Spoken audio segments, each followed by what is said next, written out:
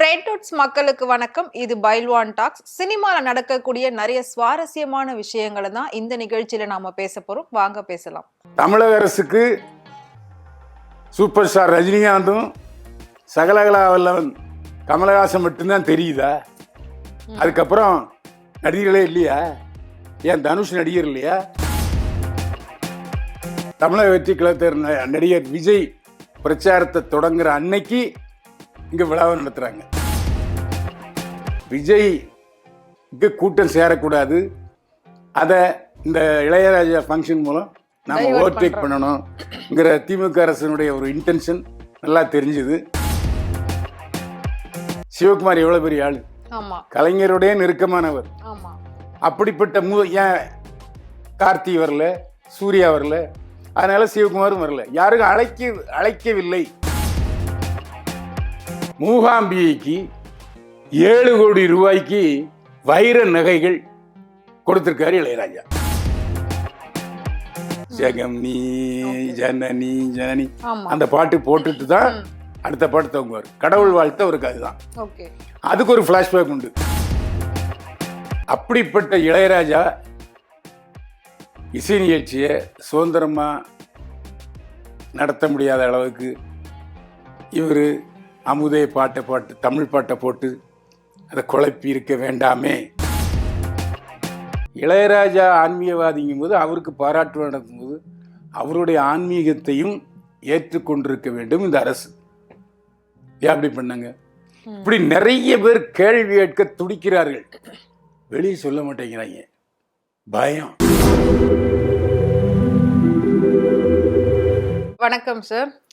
என்னை வாழ வைத்துக் கொண்டிருக்கும் யூடியூப் சேனல் நேயர்களுக்கு நன்றியும் வணக்கமும். நம்ம எப்பவுமே சினிமாவில் என்ன நடக்குது, நடிகர்கள் என்ன பண்றாங்க, நடிகைகள் என்ன பண்றாங்க, ஸோ என்னென்ன அப்டேட் இருக்கு அப்படின்றத நம்ம எப்பவுமே ரெகுலரா பேசுவோம். அந்த வகையில இப்போ பாத்தீங்கன்னா இன்னைக்கு பயங்கரமான ஒரு அப்டேட்ஸோட தான் நாம இன்னைக்கு பேச போறோம். நிறைய சுவாரஸ்யமான இன்ட்ரெஸ்டிங்கான இன்ஃபர்மேஷன்ஸ்லாம் நீங்க தரப்போறீங்கன்றது எனக்கு தெரியும். ஸோ இன்னைக்கு முக்கியமா ஃபர்ஸ்ட் என்ன அப்படின்னா, இது நம்ம மட்டும் கிடையாது, சோசியல் மீடியாவை திறந்தாலே இன்னைக்கு இதை தான் பேசுறாங்க அப்படின்னே சொல்லலாம். அப்படி இருக்கும்போது இப்போ இளையராஜா அவர்களுக்கு ஒரு பெரிய பாராட்டு விழா ரொம்ப பிரம்மாண்டமா நடந்தது. அதுவும் நம்மளோட ஆளும் கட்சி திமுகவே நடத்தினாங்க. அவ்வளோ சிறப்பா அவ்வளோ சூப்பரா நடத்தியிருந்தாங்க. அவ்வளோ ஜாம்பவான்கள் எல்லாருமே ஒன்னா ஒரே ஸ்டேஜ்ல இருந்ததே நம்ம பார்த்து நல்லா என்ஜாய் பண்ணோம். அதுல சூப்பர் ஸ்டார் பேசின விஷயம் தான் ரொம்ப கான்ட்ரவர்சியா போய்கிட்டு இருக்கு. அவர் ஒரு டைலாக் சொல்லுவாரு, நான் எப்போ வருவேன் எப்படி வருவேன்னு தெரியாது, ஆனா வர வேண்டிய நேரத்துல கரெக்டா வருவேன். அந்த மாதிரி அவர் எப்போ பேசுவாரு எப்படி பேசுவாருன்னு தெரியாது, ஆனா பேச வேண்டிய நேரத்துல ஏதோ ஒண்ணு கரெக்டா பேசி அதை ஒரு கான்ட்ரவர்சியா ஆளாக்கிடுறாரு. அதுக்கான காரணம் என்ன சார்? அவர் பேசினது நீங்க எப்படி பாக்குறீங்க? முதல்ல இந்த விழாவை நடத்தியது தமிழக அரசு, திமுக செலவில் அல்ல. இதற்கான செலவை முழுக்க முழுக்க தமிழக அரசு ஏற்றுக்கொண்டது. அதுவும் கோயின்சைடா திருச்சியில தமிழக வெற்றி கழகத்தின் நடிகர் விஜய் பிரச்சாரத்தை தொடங்குற அன்னைக்கு இங்க விழாவை நடத்துறாங்க. லைவ் டெலிகாஸ்ட் ஆகிட்டு இருக்கு. அப்போ என்ன அர்த்தம்? விஜய்க்கு கூட்டம் சேரக்கூடாது, அதை இந்த இளையராஜா ஃபங்க்ஷன் மூலம் நாம் ஓவர்டேக் பண்ணணும்ங்கிற திமுக அரசினுடைய ஒரு இன்டென்ஷன் நல்லா தெரிஞ்சுது. இந்த ஃபங்க்ஷனில் ஸ்ரீகாந்த் தேவா மட்டும்தான் வந்திருந்தார். இசையமைப்பாளர் ஏஆர் ரஹ்மான் ஒரு வீடியோ வெளியிட்டிருந்தார். மற்ற இசையமைப்பாளர்கள் வரவில்லையே ஏன் என்று நிறைய பேர் பப்ளிக்கில் கேட்டுட்டு இருக்காங்க. ஆனால் இதை மீடியாக்காரங்க யாருமே ஓப்பன் பண்ணல. இசையமைப்பாளர் சங்கம்னு சொல்லி வடமல்லியில் சொந்த பில்டிங்கில் இயங்கிட்டு இருக்கு. அதுக்கு தலைவர் தீனா. அந்த இசையமைப்பாளர் சங்கத்திலிருந்தே யாரும் வரவில்லை. அந்த விழாவுக்கு இசையமைப்பாளர் சங்க சார்பில் நாங்கள் பொக்கை கொடுக்கோம், பொன்னாடை போத்தனும் போடுவோம், போத்தவே இல்லை. ஒருவேளை தமிழ்நாடு திரைப்பட இசையமைப்பாளர் சங்கத்துக்கு அழைப்பில் அனுப்பப்படவில்லையா? ஒன்று. இப்போ நேற்று செய்தி என்னன்னா, கரூரில் நடக்கிற திமுக 30 விழாவுக்கு அந்த விழாவில் பாடுறதுக்கு சங்கர் கணேஷ் புறப்பட்டு இருந்திருக்காரு. அதுக்குள்ள அவருக்கு உடம்பு சரியில்லாம ஹாஸ்பிட்டல் அட்மிட் இருக்காரு. திமுக மாநாட்டுக்கே செல்ல தயாராக இருக்கிற சங்கர் கணேஷ் அந்த விழாவுக்கு ஏன் வரல? அது அழைப்பு வைக்கலன்னு சொல்றீங்களா? யாருக்கும் அழைப்பு கொடுக்கலன்னு சொல்றீங்க? திமுக அரசா அல்லது அரசு அதிகாரியுடைய மெத்தன போக்காங்கிறது தெரியல. ம். ஆனா இளையராஜா பாடி அந்த விழா நிகழ்ச்சியில பாடிய எல்லா பாடல்களையும் தனிப்பட்ட முறையில் மாண்புமிகு முதலமைச்சர் மு.க. ஸ்டாலின் தேர்வு செய்யப்பட்ட பாடல்கள்.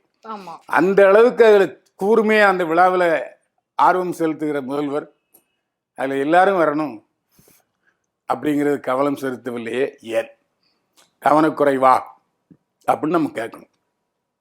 இன்னொன்று, தமிழக அரசுக்கு சூப்பர் ஸ்டார் ரஜினிகாந்தும் சகலகலா வல்லவன் கமலஹாசன் மட்டும்தான் தெரியுதா? அதுக்கப்புறம் நடிகர்களே இல்லையா? ஏன் தனுஷ் நடிகர் இல்லையா? அஜித் நடிகர் இல்லையா? அஜித் கூப்பிட்டா வர மாட்டார், அது வேற விஷயம். மிச்ச நடிகர்கள் யாருமே அந்த மேடையில இல்லையே, அந்த விழாவுக்கு வரவில்லையே, ஏன்? சிவகுமார் எவ்வளவு பெரிய ஆளு, கலைஞருடைய நெருக்கமானவர். அப்படிப்பட்ட ஏன் கார்த்தி வரல, சூர்யா வரல, அதனால சிவகுமாரும் வரல, யாருக்கும் அழைக்கவில்லை. இதை நாம முதலமைச்சர் கவனத்துக்கு கொண்டு போறோம். அதான் வேற ஒன்றும் இல்லை. இந்த அரசை விமர்சிக்க வேண்டும் என்ற நோக்கமே நமக்கு கிடையாது. இந்த மாதிரி உங்க அரசுல சில தவறுகள் நடக்கு, அது உங்க கவனத்துக்கு வரல, இனிமேல் நடைபெறுகிற அரசு சினிமா விழாக்களில் எல்லாருக்கும் அழைப்புகள் அனுப்புங்கள். ஏன்னு சொன்னா, இதற்கு முன்பு டாக்டர் கலைஞர் முதல்வராக இருந்த போதும் சரி, புரட்சியாளர் எம்ஜிஆர் முதல்வராக இருக்கும் போதும் சரி, ஜெயலலிதா முதலமைச்சராக இருக்கும் போதும் சரி, சினிமா உலகத்தில் எல்லாருடைய கவனத்துக்கும் போகும், எல்லாருக்கும் அழைப்பு போகும். வர்றாங்களா இல்லையாங்கிறது வேற விஷயம், அவங்களுக்கு சீட்டு ஒதுக்கியே போகும். இந்த முறை அந்த நடைமுறை இல்லாதது ஏன்? இது முதலமைச்சர் கவனத்துக்கு நாம கொண்டு போறோம். இன்னொரு விஷயம் என்னன்னா, ஒருவரை பாராட்டுகிற விழா அது. அது எம்பியா இருக்கிற போதே பாரதிய ஜனதா அரசு இளையராஜாவை எம்பியா இருக்கிறது, ராஜ்யசபா எம்பி, அதுக்கு பாராட்டு நடத்தல. இப்ப சிம்பனி நாடு விட்டு நாடு லண்டன்ல போய் சிம்பனி இசையமைத்ததற்காக நடத்திருக்காங்க.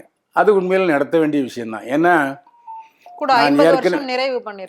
ஏற்கனவே முதலமைச்சராக எம்ஜிஆர் இருந்த பொழுது அதிமுக செலவுல அலைகள் ஓய்வுலைக்கு பாரதி ராஜாவுக்கும் மற்றபடி நடித்த நடிகர்களுக்கும் டெக்னீஷியன் பாராட்டு நடத்தினார்.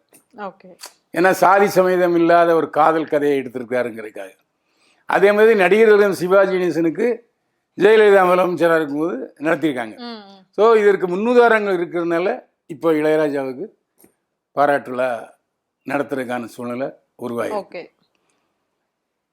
இப்போ ஒரு பாராட்டு விழாவில் ஒருத்தர் பேசணும், பாராட்டணும். அந்த சமயத்தில் பாராட்டு விழா என்ற பெயரில் பாராட்டு விழா உரையாற்றுகிற பொழுது மண்டையில் நங்கு நங்கு நங்கு நங்குன்னு குட்டுற என்ன அர்த்தம்? அது பேசாம வச்சுட்டு போலாமே. அன்றைக்கு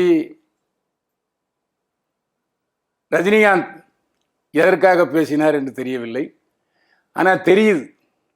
ஏன்னா அவரு படத்துக்கு மட்டும் அவருடைய பாடல்களை பயன்படுத்தி இருக்கு கேஸ் போடாமல் விட்டுட்டார் இளையராஜா. அஜித் படத்துக்கு கேஸ் போட்டிருக்காரு.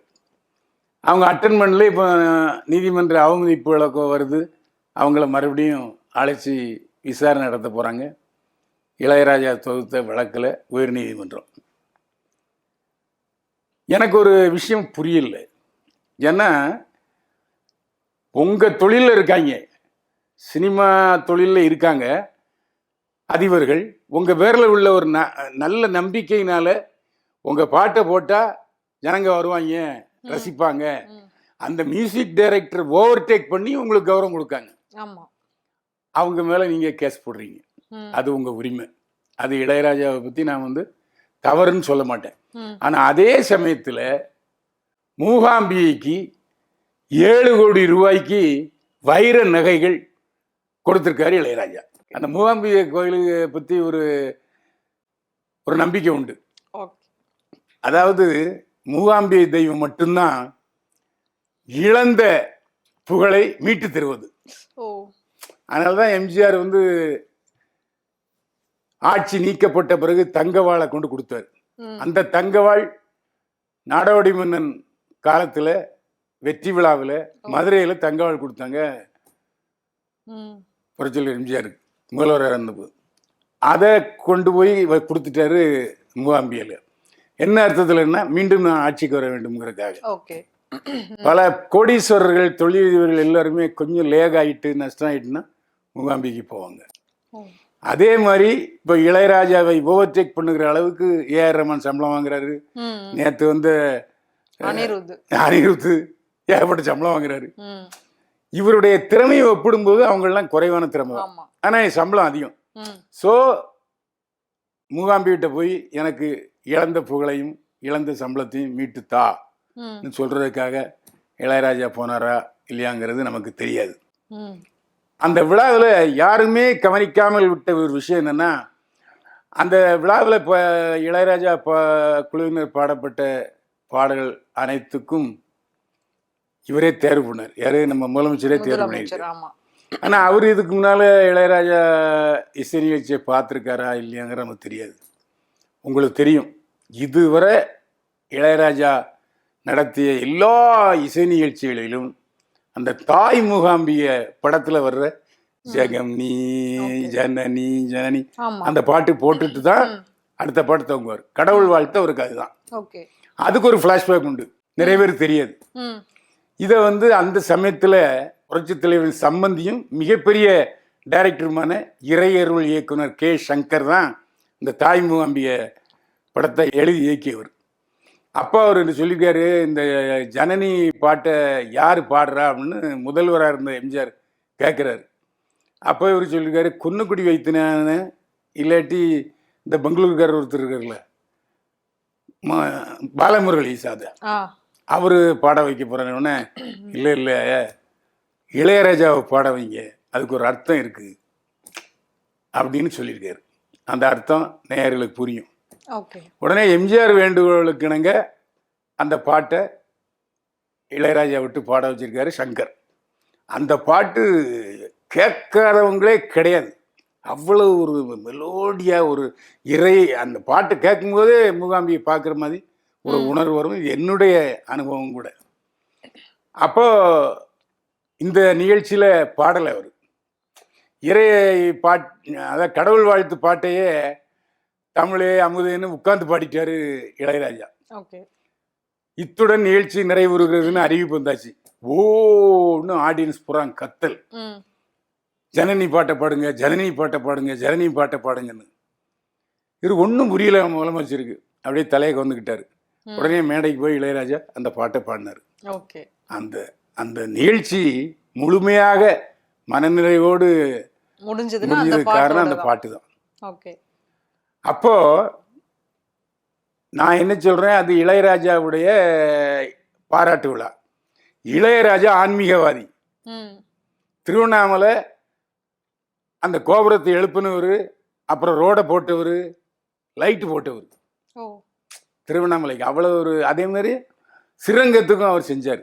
இளையராஜா அப்படி வெளியாட்களுக்கு 10 பைசா கொடுக்க மாட்டார், பத்திரிகையாளர்களுக்கு 10 பைசா கொடுக்க மாட்டார் எனக்கு தெரிஞ்சு. ஆனால் இந்த மாதிரி கோயிலுக்கு நிறைய செய்வார். அப்படிப்பட்ட இளையராஜா இசை நிகழ்ச்சியை சுதந்திரமாக நடத்த முடியாத அளவுக்கு இவர் அமுதே பாட்டை பாட்டு தமிழ் பாட்டை போட்டு அதை குழப்பி இருக்க வேண்டாமே அப்படின்னு அதில் அந்த நிகழ்ச்சியை பார்த்த எல்லோருமே சொன்னாங்க. ஏன்னா இளையராஜா ஆன்மீகவாதி, நீங்கள் வந்து நாத்திகவாதியாக இருக்கலாம், கடவுளை நம்பாதவராக இருக்கலாம், இந்த திமுக அரசு கடவுளை நம்பாத அரசாக இருக்கலாம். ஏன்னா விநாயகர் சதுர்த்திக்கு வாழ்த்து சொல்கிறது இல்லை, அப்புறம் இந்து சம்மந்தப்பட்ட எல்லா விழாக்களுக்கும் வாழ்த்து சொல்கிறது இல்லை, சரஸ்வதி பூஜைகளுக்கும் வாழ்த்து சொல்கிறது இல்லை. ஆனால் அதே சமயத்தில் அவங்க டிவியில் விளம்பரம் போடுவாங்க, ஏன் தினகரன்லேயே விளம்பரம் போடுவாங்க. கொள்கை வேறு வியாபாரம் வேறு. அப்படிப்பட்ட சூழ்நிலையில் இளையராஜா ஆன்மீகவாதிங்கும் போது அவருக்கு பாராட்டு நடக்கும்போது அவருடைய ஆன்மீகத்தையும் ஏற்றுக்கொண்டிருக்க வேண்டும் இந்த அரசு. ஏன் அப்படி பண்ணாங்க? இப்படி நிறைய பேர் கேள்வி கேட்க துடிக்கிறார்கள், வெளியே சொல்ல மாட்டேங்கிறாங்க. பயம். எதுக்காக அந்த பயம்னு எனக்கு தெரியாது. நம்ம அப்படி இல்லை, மீடியா அதாவது இந்த அரசுக்கு சில விஷயங்களை நாம் காதில் போட வேண்டும் என்ற ஒரு நல்ல நோக்கத்துக்காக தான் இதை சொல்லியிருக்கேன். வேறு ஒன்றுக்கும் காரணம் இல்லை. ஓகே. அதிலே வந்து நீங்க அந்த ப்ரோகிராம் வந்து லைவா போய் பார்த்தீங்க. பசங்களுக்கு வந்து ரொம்ப நான் டைம் ஸ்பெண்ட் பண்ணதில்ல. அதனால தான் இவ்ளோ அளவுக்கு சாதிச்சிருக்கேன் அப்படின்னு சொன்னாரு. அது எப்படி இருந்தது அந்த இடத்துல சார்? இல்லை, அவர் மட்டும் இல்லை, இது நடிகர்கள் சிவாஜி கணேசனே சொல்லியிருக்காரு. ம். என் பசங்க என்ன படிக்கிறாங்க, பாஸ் பண்ணாங்களா ஃபெயில் ஆனாங்களாங்கிறதே எனக்கு தெரியாது. என் பசங்க 3 பேர்ட்டையுமே நான் அந்யோன்யமாக பழகுனது கிடையாது. ஓகே. அது என்ன காரணம்னா, சிவாஜி கணேசன் நடிப்பையே கடவுளை வீரா நேசிச்சார். வச்சிட்டு இருந்தாரு. ஆமா. அவர் தெரிஞ்சது காலையில் எழுந்துச்சு நேராக ஷூட்டிங் போனாரா, நடிச்சாரா, வீட்டுக்கு வந்தாரா, அப்படித்தான் அவருடைய லைஃப். ம். அதே மாதிரி இளையராஜாவும் காலையில் 4:30 மணிக்கு எழுந்து ஒரு 6 மணிக்கெலாம் நேராக அது பிரசாத் ஸ்டூடியோ ஆமா. இசை இசை அமைப்பு கூடமாக இருந்தாலும் சரி, ம். ஏவிஎம் இசை அமைப்பு கூடமாக இருந்தாலும் சரி, இப்போ வந்திருக்கிற எம்எம் தியேட்டர் இசைக்கு இளையராஜா இசையமைப்பு கூடமாக இருந்தாலும் சரி, ம். நேராக விட்டு விட்டு அங்கே வந்துடுவார். சாப்பாடெல்லாம் அங்கே தான் போகும். ஓகே. அப்புறம் நைட்டு பிடிச்சி வருவார். அதாவது ஒரு காலகட்டத்தில் 4 இடத்துல இளையராஜா இசையமைப்பு நடக்கும். ம். ஏன்னா கங்கை மரத்தில் சூப்பர்வைஸ் பண்ணிட்டு இருப்பார், இன்னொருத்தர் சூப்பர்வைஸ் பண்ணிட்டு இருப்பார். அப்படி அதிகமான படங்களை இசையமைத்த இளையராஜா தான். அந்த ஒரு தியாகத்தை செஞ்சதுனால தான் இன்னைக்கு இளையராஜாவை போற்றுறோம், பாராட்டுறோம். ம். அவர் தன்னுடைய குடும்பம் குட்டின்னு நினச்சிக்கிட்டு இருந்தாருன்னா நாம் இப்படி பாடல்கள், நல்ல பாடல்கள் அவர் கொடுத்துருப்பாரா? இதே அவர் சொல்கிறார். அதாவது பெரிய பெரிய ஜாம்பவான்கள்லாம் இப்படி தான். தொழிலை நேசிக்கிறவங்க குடும்பத்தை கவனிக்க தவறிடுவாங்க. ஆமா. அது குற்றமாக நம்ம சொல்ல முடியாது. ஆனால் அவருக்கு இப்போ அந்த உணர்வு தோன்றியிருக்கலாம். ம். ஏன்னா அது, அதாவது கார்த்திக் ராஜா இசையமைப்பாளர் ஆனதும் இளையராஜாவுக்கு அவ்வளவு இதாரு. ம். யுவன் சங்கர் ராஜா வேற ரூட்டில் எடுத்துகிட்டு போயிட்டார். ஆமா. இளையராஜாவிலிருந்து வேற ரூட் அடுத்த கட்டத்துக்கு போயிட்டார், யூத்து போயிட்டார். ம். அதேமாதிரி அவர் பொண்ணு பாடிக்கிட்டு இருந்துச்சு. பாவம் அவர், அந்த பொண்ணுக்கு இருக்கிற நோய் தெரியாமலே இளையராஜா இருந்துட்டார், அந்த பொண்ணு இறந்து போச்சு. ஸோ அந்த சோகம்லாம் இப்போ தானே தெரியும். ஆமா. 80 வயசு ஆகிப்போச்சு. இப்போ தான் அப்படியே ஃப்ளாஷ்பேக்கில் கொஞ்சம் யோசிச்சாங்கன்னா எவ்வளவு இழந்திருக்காரு அப்படிங்கிறது தெரியும். ஓகே. அந்த இழப்பீட்டுக்கு நாம் ஒன்றும் செய்ய செய்ய முடியாது. முடியாது. ஓகே.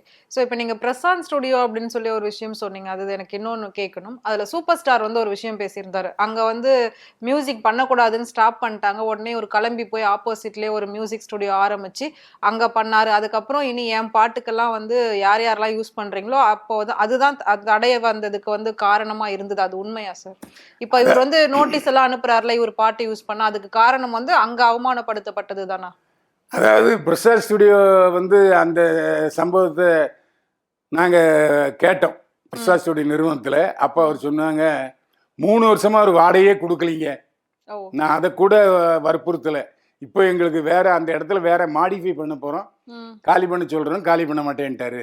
இங்கும்போது இளையராஜா மேலே உள்ள குற்றம் இருக்குது.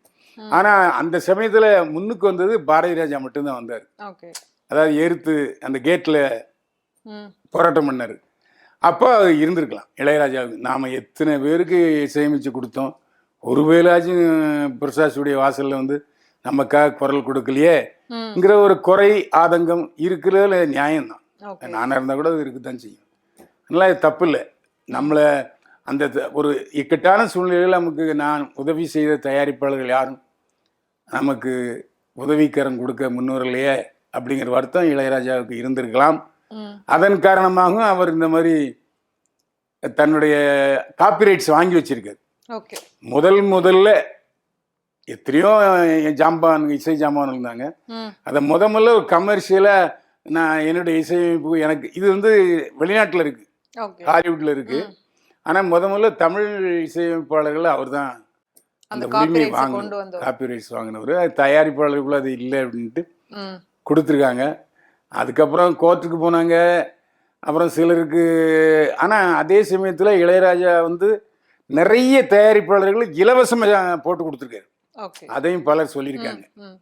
அதாவது இளையராஜாவுடைய 4 பாட்டு வாங்கிட்டு வந்து அதுக்கு ஏற்றாற் போல கதை திரைக்கதை வசனம் எழுதி படம் எடுத்து வெற்றி பெற்றவர்கள்லாம் இருக்காங்க. ம்.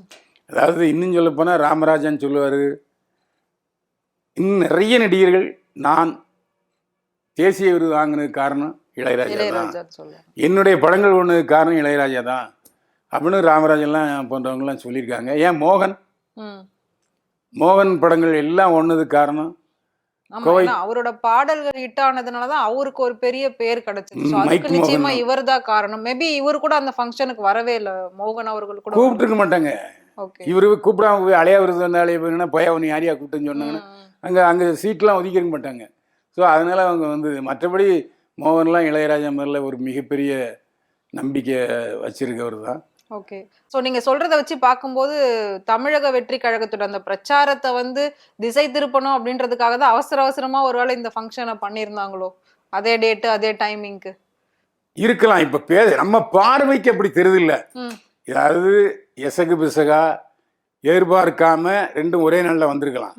ஆனா இப்போ பார்வையாளரா, நம்ம ஒரு பத்திரிகையாளரா, மீடியா பார்வையாளரா, அங்க திருச்சியில் அவர் வந்து பிரச்சாரம் தொடங்குறாரு, இங்க அதே நாள் இளையராஜா இது அப்படிங்கும்போது கொஞ்சம் லைவ் அடிச்சா போகக்கூடிய ஒரு ப்ரோக்ராம். அதனால அது பாதிக்கல தமிழக வெற்றி கழக தலைவர் விஜயோட பிரச்சாரத்தை. கூட்டம் சரியான கூட்டம். அதுல என்ன காரணம்னா, அதுல இன்னும் சொன்னோம் உடனே எல்லாரும் ஓட்டு போட்டுருவாங்களான்னா அது நான் ஒத்துக்க மாட்டேன்.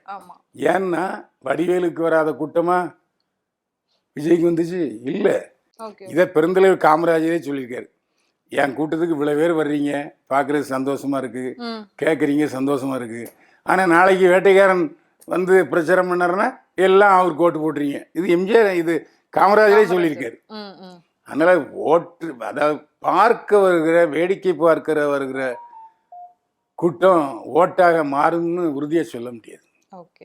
ஸோ அந்த இசையமைப்பு நிகழ்ச்சி அப்படின்றதுல இவ்வளோ பிரச்சனைகள் உள்ள இருக்கு அப்படின்றது இப்ப நீங்க என்ன காரணம்னா, பல மீடியாக்கள் மனதுல இருக்கு. பயத்தினால சொல்லலை, நமக்கு பயம் கிடையாது, வழியில பயம் கிடையாது, மடியில கனம் கிடையாது, சொல்லிட்டோம்.